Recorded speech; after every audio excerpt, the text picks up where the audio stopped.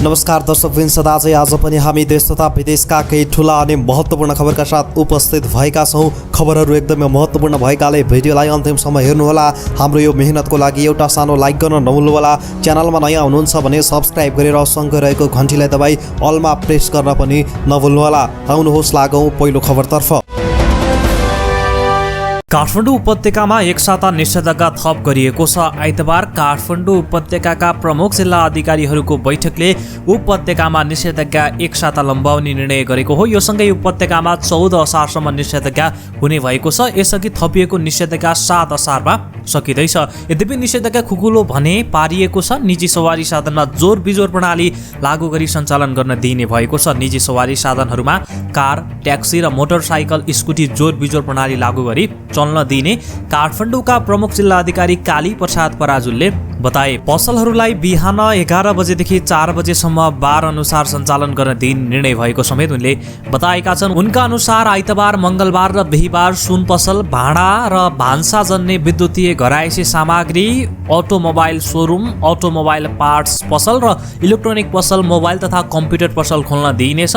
सोमबार, बुधबार र शुक्रबार डिपार्टमेन्टल स्टोर, ग्रोसरी बाहेक अन्य सपिङ मल, खेलकुद सामग्री पसल, कपडा, जुत्ता, fancy, cosmetic, sari, gift item र टेलरिङ खुल्न दिने निर्णय भएको समेत उनले बताएका छन्। त्यस्तै खाद्यान्न, दुधजन्य पदार्थ, फलफुल, तरकारी, माछा मासु, पूजा सामग्री बिक्री वितरण गर्ने पसलहरू तथा डिपार्टमेन्टल स्टोर, पुस्तक पसल, स्टेसनरी पसल दैनिक 11 बजेसम्म खोल्न दिइनेछ। निर्माणजन्य सामग्रीको पसल बिहान 11 बजेदेखि अपराह्न 6 बजेसम्म र अनलाइन डेलिभरी, टेकअवे र सवारी साधन मर्मत वर्कसप साँझ 7 बजेसम्म खोल्न दिइने प्रजीय पराजुलले जानकारी दिएका छन्। विकास निर्माण र सार्वजनिक सेवा प्रवाहसँग सम्बन्धित सबै सरकारी कार्यालयले स्वास्थ्य मापदण्ड पालना हुने व्यवस्था मिलाई आलो पालो प्रणाली कायम गरी न्यूनतम जनशक्ति प्रयोग गरी सेवा प्रवाह सुचारू गर्ने निर्णय समेत भएको छ। दर्शकबिन, तपाईँ के भन्न चाहनुहुन्छ? अब त अति नै भयो, धेरै नै भयो, लकडाउन त खोल्नै पर्छ नि भन्नुहुन्छ भने नो मोर लकडाउन, कोठाबाट छुट साथै बैंकको ऋण बिना लेख्न नबिर्सनुहोला। होइन, लकडाउन त गर्नै पर्छ नि भन्नुहुन्छ भने हो, लकडाउन गर्नुपर्छ लेख्न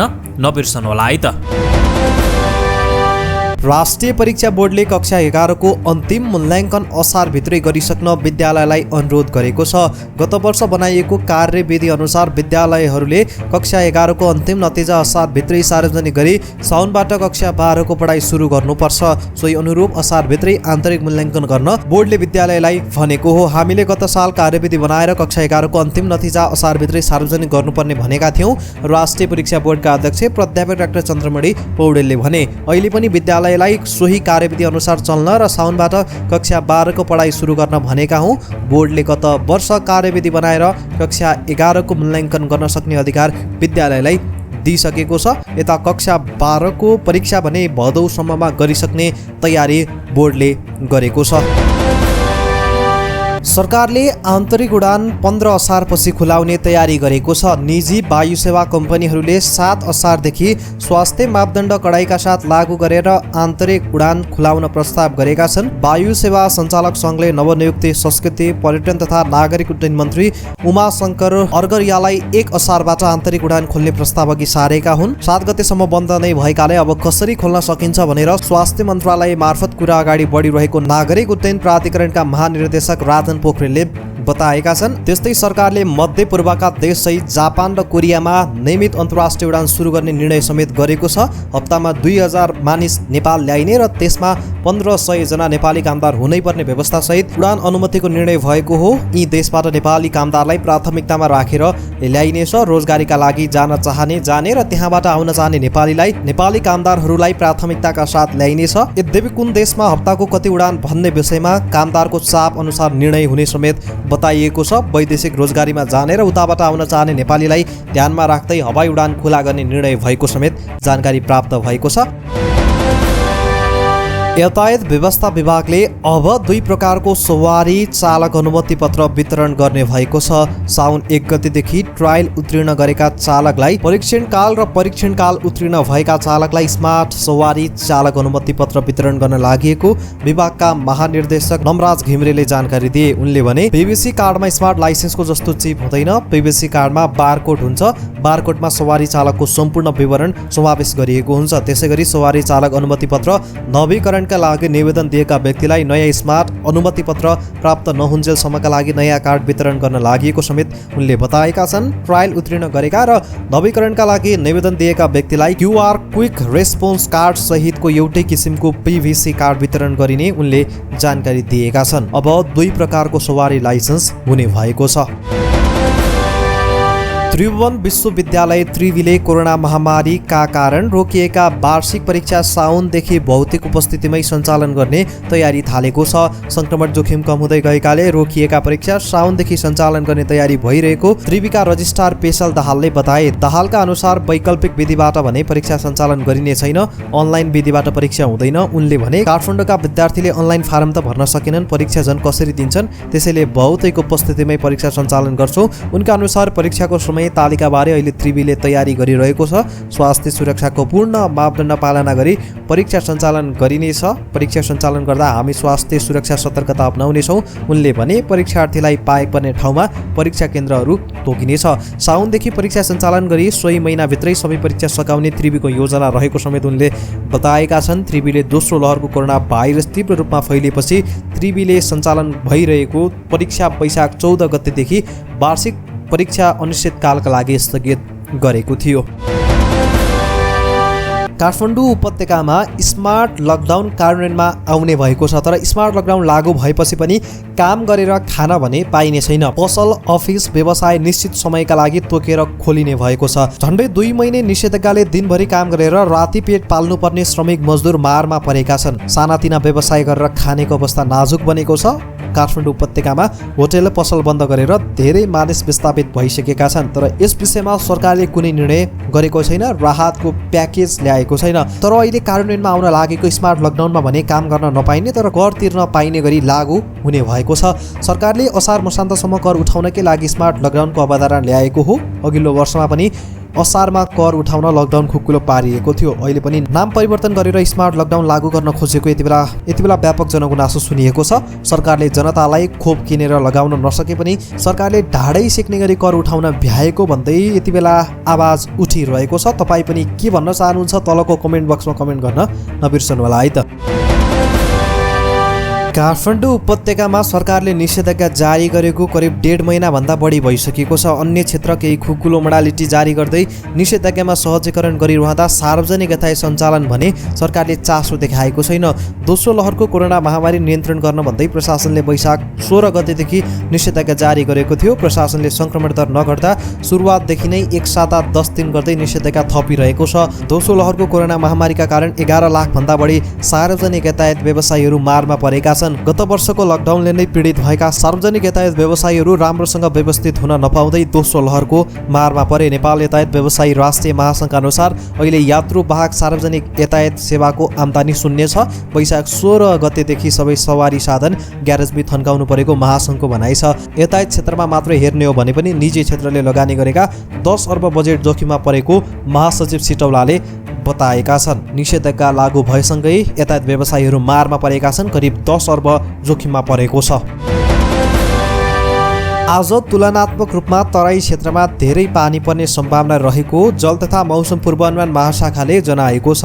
अहिले प्रदेश 1, 2 र सुदूरपश्चिम प्रदेशको थोरै र बाँकी प्रदेशका 1-2 ठाउँमा पानी परिरहेको महाशाखाका मौसमविद मन्जु बासीले बताउनुभयो। आज प्रदेश 1, 2 र बागमतीमा थोरै ठाउँमा र बाँकी गण्डकी, लुम्बिनी र कर्णाली र सुदूरपश्चिम प्रदेशका 1 वा 2 ठाउँमा मेघगर्जन र चट्याङसहित ठूलो पानी पर्ने सम्भावना रहेको महासङ्घले जनाएको छ। आज तुलनात्मक रूपमा तराई क्षेत्रमा धेरै पानी पर्ने र काठमाडौँ उपत्यकामा पनि पानी पर्ने सम्भावना रहेको मौसमविद बासीले बताउनुभयो। त्यस्तै आज राति प्रदेश 1 र प्रदेश 2 र बागमती प्रदेशका थोरै ठाउँमा पानी पर्ने अनुमान गरिएको छ।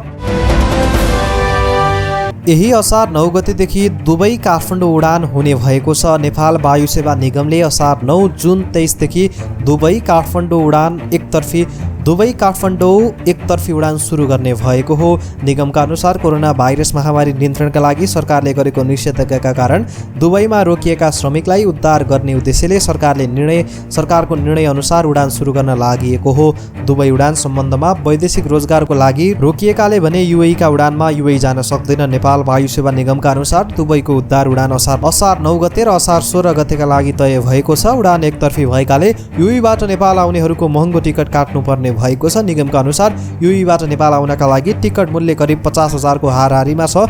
युएईबाट हुने उडान नियमित उडान नै भए पनि एकतर्फी मात्र यात्रु ल्याउन पाउने भएकाले भाडा दर महँगो भएको एयरलाइन्सले जनाएको छ। चीनले कोरोना भाइरस विरुद्ध आफ्ना नागरिकलाई 1 अर्बभन्दा बढी डोज खोप लगाइसकेको जनाएको छ। चिनिया स्वास्थ्य मन्त्रालयले 1 अर्ब बढी डोज खोप लगाएको जानकारी दिएको हो। 1 अर्ब 41 करोड जनसङ्ख्या भएको चीनले गत डिसेम्बरदेखि आफ्नै देशमा उत्पादित खोप लगाउन सुरु गरेको थियो। संसारभरि अहिलेसम्म 2 अर्ब 50 करोड डोज कोरोना खोप लगाइएको छ। त्यसमध्ये चीनमा मात्रै 40% डोज लगाइएको छ। सुरुमा चिनियाहरूले खोप लगाउन आनाकानी गरे पनि पछिल्लो समय दैनिक 2 करोड जनासम्मलाई खोप दिएको ग्लोबल टाइम्सले उल्लेख गरेको छ। 1 अर्ब डोज मध्ये अहिलेसम्म कतिजनाले दुवै डोज लगाएका छन् भन्ने खुलिसकेको छैन। चीनले आफ्नै देशमा उत्पादित खोप लगाइरहेको छ। चिनिया कम्पनीले उत्पादन गरेको खोप 2 डोज लगाउनु पर्ने खालका छन्। चीनले यो वर्ष अन्त्यसम्म 70% नागरिकलाई पूर्ण खोप लगाइसक्ने लक्ष्य राखेको छ।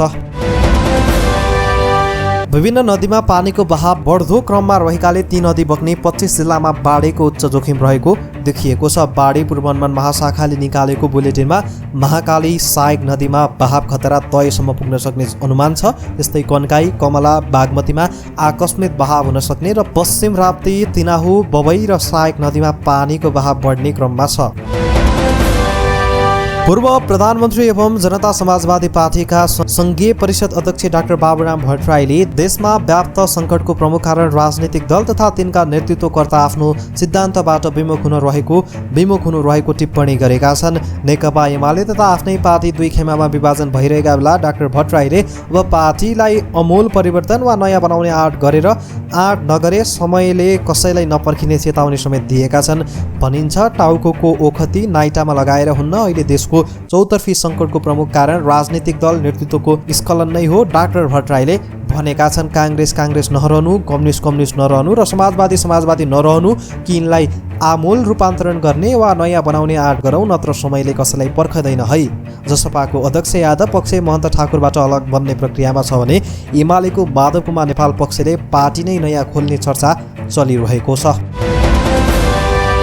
कोभिड-19 सङ्क्रमणबाट बच्न सरकारले बारम्बार साबुन पानीले हात धुन, सेनिटाइजर, मास्क र पन्चाको प्रयोग गर्न सूचित गराउँदै आएको छ। यी क्रियाकलापले कोरोना सङ्क्रमण फैलनबाट रोक्ने धेरै हदसम्म मद्दत गर्ने अध्ययनले पनि देखाएको छ। तर साबुन, ह्यान्डवास र सेनिटाइजरको अत्याधिक प्रयोगले ह्यान्ड डर्मेटाइटिस समस्या एकदमै बढी मात्रामा देखिने छाला तथा सौन्दर्य रोग विशेषज्ञ डाक्टर उमा क्याल बताउँछिन्। यस्तो वस्तुको निरन्तर प्रयोगले सुरुमा हातको छाला सुक्खा र फुस्रो हुने, त्यसपछि छालामा चिराहरू परेर अति जटिल अवस्थामा पुग्छ डाक्टर क्यानले भनिन्। यही चिराले घाउको रूप लिएर निकै दुख्ने, पाक्ने अवस्था समेत पुगेको पाइएको छ। हातको यो समस्यालाई चिकित्सक भाषामा इरिटेड कन्ट्र्याक्ट इर्माटाइटिस भनिन्छ। यस्ता जटिल समस्या आउन नदिन हात सुक्खा हुनबाट जोगाउन उनले सुझाइन्। कसरी बस्ने त? यसका लागि पटक पटक मोइस्चराइजिङ क्रिम प्रयोग गर्नुपर्छ। हात धोएपछि सँगै ग्लिसरिन, घिउकुमारी र युरिया मिसिएका क्रिमहरू लगाउने बानी गर्नुपर्छ उनले भनिन्। राति सुत्नु अघि भ्यासलिन, पेट्रोलियम जेली हातमा लगाएर सुत्ने हो भने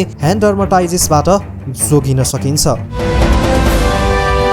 काङ्ग्रेस सभापति शेरबहादुर देउवाले पुनः नेतृत्वमा प्रतिस्पर्धा गर्ने मनसाय व्यक्त गरेका छन्। आफ्नो निवासमा निकटका केही नेतालाई बोलाएर उनले यसबारे अवगत गराएका हुन्। उनले प्रतिष्ठित अगुवा नेतासँग छलफल गर्ने र धारणा बुझ्ने अभियान सुरु गरेका छन्। त्यसक्रममा उनले पार्टीलाई एक ढिक्का बनाउन फेरि एकपटक नेतृत्व लिनुपर्ने अवस्था आएको बताएका थिए। बैठकमा सहभागी एक नेताले सभापति देउबाको भनाइ उद्धृत गर्दै भने फेरि नेतृत्व लिनुपर्ने स्थिति आयो, म फेरि लड्छु। उनले लोकतन्त्र र संविधान रक्षाका लागि यो अवस्था आएको बताएका थिए। प्रदेश 2 को छलफलमा उपसभापति विमलेन्द्र निधि, आनन्द ढुङ्गाना, जङ्गीलाल राय लगायतका नेता सहभागी थिए। सभापति देउबाले सातै प्रदेशका आफू निकट नेतासँग छलफल गर्ने भएका छन्। केन्द्रीय सदस्य ज्ञानेन्द्र बहादुर कार्कीले सभापति देउबाले आफू निकटसँग आन्तरिक छलफल गरेको जानकारी दिएका छन्। अमेरिकी प्रविधि कम्पनी माइक्रोसफ्टले यसै महिना नयाँ अपरेटिङ प्रणाली लन्च गर्ने जानकारी दिएको छ। नयाँ अपरेटिङ सिस्टम प्रणाली सञ्चालनमा आएपछि अब विन्डोज 10 लाई सन् 2025 सम्म मात्र प्रयोगमा ल्याइने, यसपछि बन्द गरिने माइक्रोसफ्टले जनाएको छ। बीबीसीका अनुसार नयाँ अपरेटिङ सिस्टममा राम्रा फिचर र अपडेटहरू हुने बताइएको छ। सन् 2015 मा लन्च भएको विन्डोज 10 लोकप्रिय अपरेटिङ सिस्टम प्रणाली मानिन्छ। त्यसअगाडि विन्डोज 7 प्रणालीलाई पनि विश्वभरका कम्प्युटर प्रयोगकर्ताले रुचाएका थिए। नयाँ अपरेटिङ सिस्टम आउन लागेपछि विन्डोज 10ले 2025 पछि काम नगर्ने भएको हो। उत्तर कोरियाली प्रमुख किम जोन उनले अहिले अमेरिका र दक्षिण कोरियासँग वार्ता गर्नुभन्दा धेरै ठूलो समस्याको समाधान गर्नुपर्नेछ। जनता भोकभोकै पर्ने डर छ भने यसको समाधानका लागि उचित विकल्प नहुन्जेल स्थिति झन चुनौतीपूर्ण बनेको छ। गएको मङ्गलबार मात्र उनले सरकारले एक अत्यन्तै महत्त्वपूर्ण राजनीतिक बैठकको आयोजना गरेका थिए, जसमा उनले सार्वजनिक रूपमै आफूहरू खाद्य सङ्कटमा परेको स्वीकार गरेका थिए। कृषि क्षेत्र अझै पनि गत वर्षको प्राकृतिक प्रकोपका क्षतिबाट पूर्ण रूपमा उकासिएको छैन र कोभिड-19 का कारण सिमाना बन्द हुँदा सामानहरू आयात गर्न अत्यन्तै कठिन देखिएको छ। जानकारहरूका अनुसार चामल र इन्धनको मूल्य तुलनात्मक रूपमा स्थिर नै छ, तर आयात निर्भर रहनुपर्ने खाद्यवस्तु चिनी, सोयाबिन, खाने तेल र मैदा लगायतको मूल्य बढेको छ। त्यस्तै स्थानीय रूपमा उत्पादन हुने केही सामग्रीको भाउ पनि पछिल्लो केही महिनामा वृद्धि भएको छ। आलुको मूल्य पनि बढेको त्यहाँ स्थानीय बासिन्दाले बताएका छन्। उनीहरूका अनुसार अन्य गैर प्रमुख खाद्यवस्तु कालो चिया $70 खरिद गर्न सकिन्छ भने एक प्याकेट कफी $100 भन्दा बढीमा बिक्री भइरहेको छ। यसअघि बीबीसीको रिपोर्टमा त्यहाँ 1 किलो केराको नेपाली 5000 रुपैयाँसम्म बढी पर्ने गरेको बताइएको थियो। सुनचाँदीको भाउ आज पनि घटेको छ। सुन आज तोलामा 800 रुपैयाँले घटेको हो। तोलाको 90,800 रुपैयाँमा कारोबार भएको सुन आज भाउ घटेर तोलाको 90,000मा कायम गरिएको नेपाल सुनचाँदी व्यवसायी महासङ्घले जनाएको छ। आज चाँदीको भाउ पनि 15 रुपैयाँले घटेको छ। तोलाको 1305 रुपैयाँमा कारोबार भएको चाँदी आज भाउ घटेर तोलाको 1290 रुपैयाँमा झरेको महासङ्घले जनाएको छ। दर्शकबिन, यिनै थिए आजका केही ठुला अनि महत्त्वपूर्ण खबरहरू।